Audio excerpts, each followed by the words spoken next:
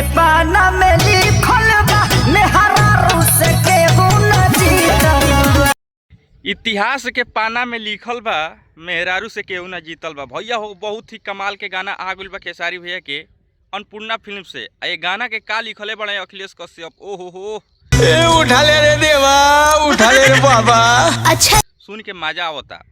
अगर अभी तक ले तारा लोग के नइखल हो सुन ले तो जा लो अन्नपूर्णा फिल्म से ये गाना के सुनल। बहुत ही कमाल और खतरनाक के गाना बा।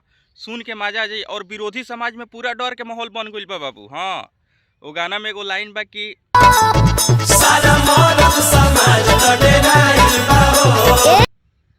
मर्द समाज में पूरा डर के माहौल बनल बा। तो ऐसा कोनो बात नहीं है, विरोधी समाज में ही डर के माहौल बनल बा। तो जाके देखो लो, बहुत ही गाना खतरनाक लाजवाब और सुन के मजा आई। लगन में तो उड़ा के बाजी। इतिहास के पाना में लिखल बा मेहरारू से केहू ना जीतल बा। सॉरी हमारा गाना ना गावे वाला माफ करिए लो। गाना इतना ना बढ़िया बा कि सुन के मजा आवता। इतिहास के पाना में लिखल बा मेहरारू से केहू ना जीतल बा। का भैया के गाना आइल बा गजब के। और शिल्पी राज जो वो गाना में गजब के तड़का ले ले बड़ी। और भैया जब गावता रे कि ना मेन लाइन भैया के बा कि इतिहास के पाना में लिखल बा मेहरारू से केहू ना जीतल बा।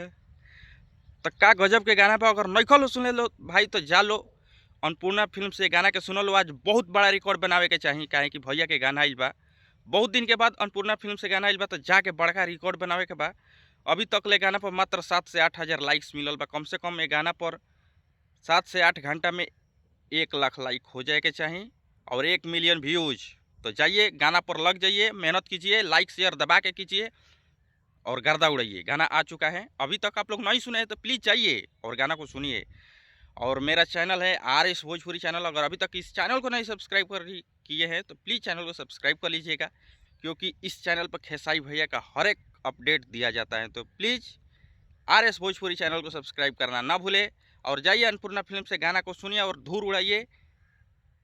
7 से 8 घंटा 1 मिलियन हो जाना चाहिए और 1 लाख लाइक किसी तरह कंप्लीट करवाना है तो करवाना है। और कमेंट रुकना ना चाहिए, एक आदमी 10-10 कमेंट करना चाहिए।